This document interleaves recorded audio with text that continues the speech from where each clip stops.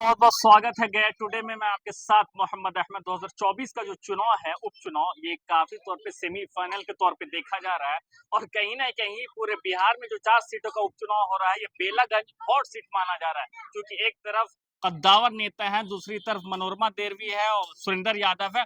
एक तरफ जो एंट्री हुई है, अभी जो नई नई पार्टी बनाई वो प्रशांत किशोर की जन स्वराज, ये भी है। तो चौथी तरफ एमआईएम है, एमआईएम भी है। लेकिन कुछ लोग यहाँ इनसे पूछेंगे कि क्या माहौल है और आपको क्या लगता है कि क्या प्रशांत वाकई में जिस तरीके से बात बोलते हैं, ये जमीनी हकीकत वो कर पाएंगे? इतना आसान नहीं होगा, क्योंकि राजनीति और रणनीति का काफी डिफरेंस होता है। जिताना और जीतना बड़ा फर्क है। ऐसे ही कुछ लोग हैं, उनसे पूछेंगे कि क्या माहौल है। और आप बेलागंज में आप घूम रहे हैं, क्या लगता है कि आने वाले वक्त में इस बेलागंज में कोई चेंज है या नहीं है?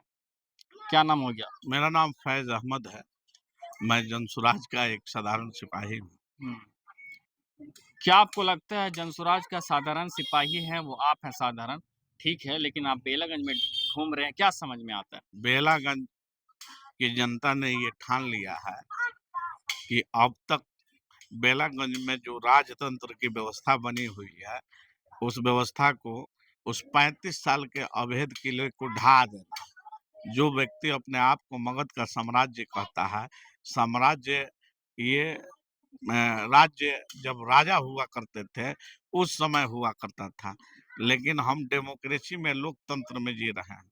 जिस दिन डॉक्टर बी आर अम्बेडकर ने, मौलाना आजाद ने, गांधी जी ने, पटेल ने, डॉक्टर राजेंद्र प्रसाद ने हिंदुस्तान के आईन को लिखा, हिंदुस्तान के संविधान को लिखा, उस दिन ये लिख के बता दिया कि अब किसी महलों में रहने वाली रानी के पेट से राजा पैदा नहीं होगा।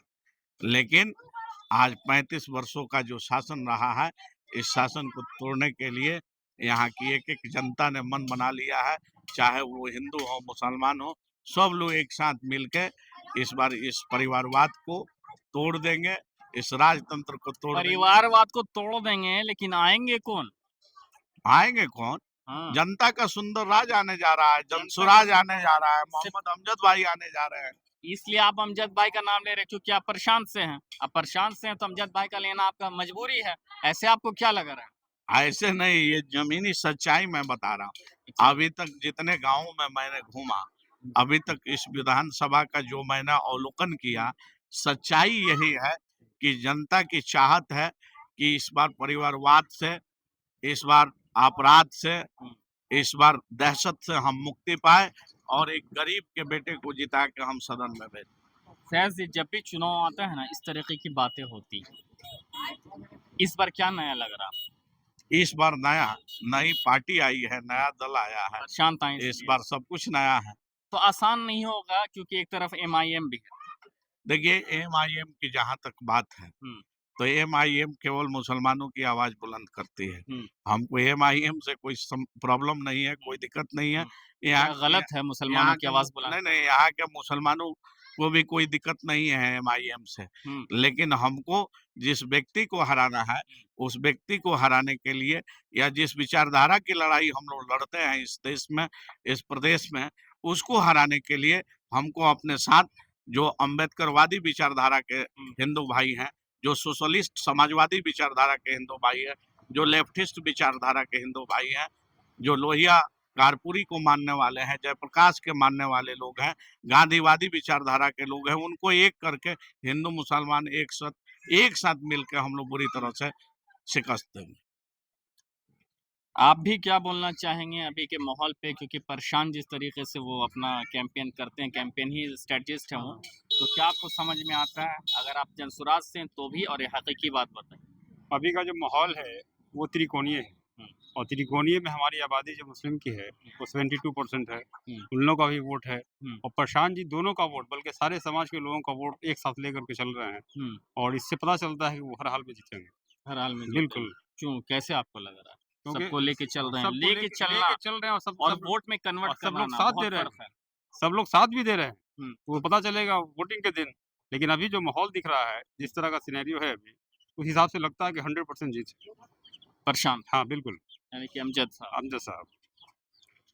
इतना घूमने के बाद भी आपको लग रहा आसान है हराना? आसान नहीं, लेकिन प्रशांत किशोर का जो प्रीवियस रिकॉर्ड है, आप उसके आधार पे अगर सोचेंगे तो इससे बिल्कुल क्लियर है कि वो जीत होनी है।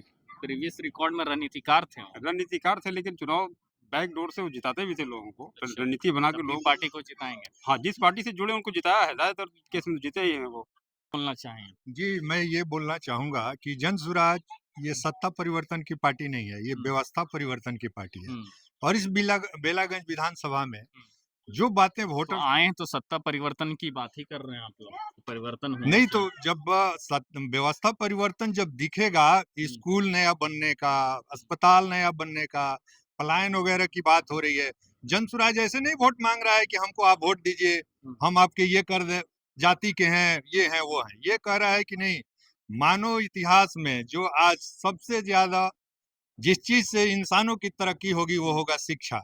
शिक्षा होगा तो ऑटोमेटिक आपको रोजगार मिलेगा, रोजगार आप खुद पैदा कर दीजिएगा।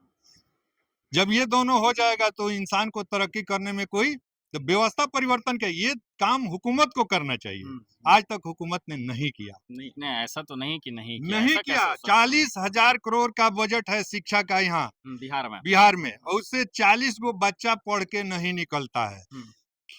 नहीं कैसे, क्यों नहीं मतलब सब ये कहाँ से डाटा आप ये दे रहे हैं? बिल्कुल डाटा आप तो खुद इस एनालिसिस कीजिए कि प्राइमरी स्कूल में कितने एडमिशन होते हैं और ग्रेजुएशन तक जाके बिना कितने एडमिशन के स्कूल इतना खोल रहे हैं। नहीं, एजुकेशन अब पैसा के लूट करने के लिए तो स्कूल खुलेगा सरकार के तरफ से। 40,000 करोड़ कहाँ लेके जाएंगे? अब यूनिसेफ वाला इनको खिचड़ी का अवसर दिया तो ये खिचड़ी खिलाने के लिए कर रहे हैं। अच्छा। कॉलेज का हाल देख लीजिए, यूनिवर्सिटी का हाल देख लीजिए। ये रोने वाली बात है कि बिहार में एक भी सेंट्रल यूनिवर्सिटी नहीं है। और प्रोफेशनल यूनिवर्सिटी को तो छोड़िए, पासी में सेंट्रल यूनिवर्सिटी, कौन सा सेंट्रल यूनिवर्सिटी है? सेंट्रल यूनिवर्सिटी कौन? साउथ बिहार। साउथ बिहार। हमको तो मालूम नहीं है कि भाई यहाँ कोई सेंट्रल यूनिवर्सिटी भी है। नहीं, आप बता रहे हैं तो हो सकता है कि हो, लेकिन इतनी बड़ी आबादी में अगर एक हो भी तो ये भी शर्म ही की बात है और कुछ नहीं है। तो क्या लगता है प्रशांत उस तरीके से व्यवस्था करेंगे? बिल्कुल, ये तो बता रहे हैं कि कैसे हम ये तो स्कूल, चुनाव की बात हो सकती है ना, चुनाव में तो बहुत लोग बोलते हैं। देखिए ये बात बोल आप, दिए थे 2 करोड़। ये तो बात आप वो कर रहे हैं कि भाई आप कैसे एक जगह खड़ा होके कह दिए कि पूरी दुनिया गोल है। आप कैसे ये खड़ा हो बगैर चांद पे गए आप कह दिए कि वहाँ ये तो वो वाली बात है। नहीं, अरे वो यार, कहते हैं तब हम बोल रहे हैं, अगर ऐसा होता जो नेता कहते हैं अगर वो करते हैं तो ये सवाल ही नहीं तो होता। जो नेता इसके पहले कोई शिक्षा के लिए नहीं कहा है, इसके पहले कोई व्यवस्था परिवर्तन के लिए कोई कहे हैं। रणनीतिक नहीं, तो ये राज्य सरकार तो शिक्षा ही की बात करती तो है। कहाँ उसका शिक्षा है? आपको दिखना चाहिए कि वो शिक्षा है किधर। तो ये प्रशांत तो करेंगे दिखने ये सब? बिल्कुल करेंगे, जन स्वराज करेगा। वो सब रास्ते बताएंगे कि जिस रास्ते से आप शिक्षा सुधार सकते हैं, रोजगार पैदा कर सकते हैं। आपका जो बिहार का जीडीपी वगैरह हर स्टेट का अलग अलग है, ये क्यों इतना डाउन होता जा रहा है? कहीं ये जन स्वराज पे ये भी है कि बी टीम कहा जाता है। देखिए, कहने के लिए तो हम कहेंगे कि सबसे बड़ा बी टीम तो तेजस्वी यादव है। अच्छा, कैसे? इसलिए कि उन्होंने इस बी टीम को बढ़ाने में जो अवसर दिए हैं मौका, तेजस्वी यादव आप देख लीजिए, एक भी उनका सोशल ट्वीट बता दीजिए जहां पिछड़ों, मजलूमों या दलितों के ऊपर अत्याचार हुआ हो, वहां वो जम के रोड पर खड़े हो, लड़ाई हो। वो तो परिवार की बात कर रहे हैं। लालू यादव एक एक बेटी नहीं, दो दो बेटी का मसला हल करने के लिए पार्टी चला रहे हैं, टिकट बेच रहे हैं। आपसे तो ढका छिपा नहीं है। कोई सिंगापुर में सेटल था, उसको भी लाके यहाँ टिकट दिया जा रहा है। तो बेटा बेटी है तो उसका चुनाव लड़ने का हक नहीं है क्या? बिल्कुल है, तो उसका कुछ राजनीतिक कार्यकलाप भी तो होना चाहिए, विरासती तो नहीं होना चाहिए। कितने समाज सेवी वो लोग हैं ये भी तो आपको बताना चाहिए। ये बात तो जनता सोच रही है ना, तो तभी ना दे रही है। जनता सोच रही है, इसीलिए तो कह रही है कि ये बी टीम का मेन खिलाड़ी है।